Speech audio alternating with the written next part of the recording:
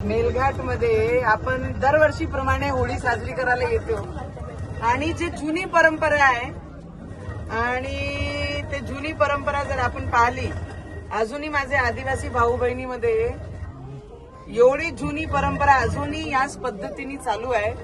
आपण सगळे विसरलो, पण हे अजूनही त्याच पद्धतीने हे आपलं जीवन जगत आहे. आणि दरवर्षीप्रमाणे या वर्षी सुद्धा मी होळी इथे साजरी करणारे 5 दिवस कंटिन्यू मी मेलघाट मध्ये आहे.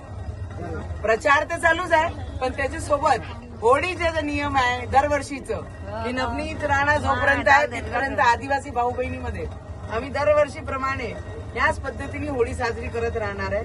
आणि ते करता करता एक महिलाला ही जुनी परंपरा करताना, कारण शहरामध्ये जन्माला आलो आणि अमरावतीमध्ये लग्न झालं, तर ही परंपरा पाहण्याचं जे विषय आहे ते खूप कमी झालेला आहे. पण मेलघाटमध्ये येऊन आपली प्रत्येक जुनी परंपरा काय होती, कशी लोक बाया जगत होत्या, आणि ते सुद्धा मी यांच्यासोबत बसून आज करण्याचा थोडा प्रयत्न करत.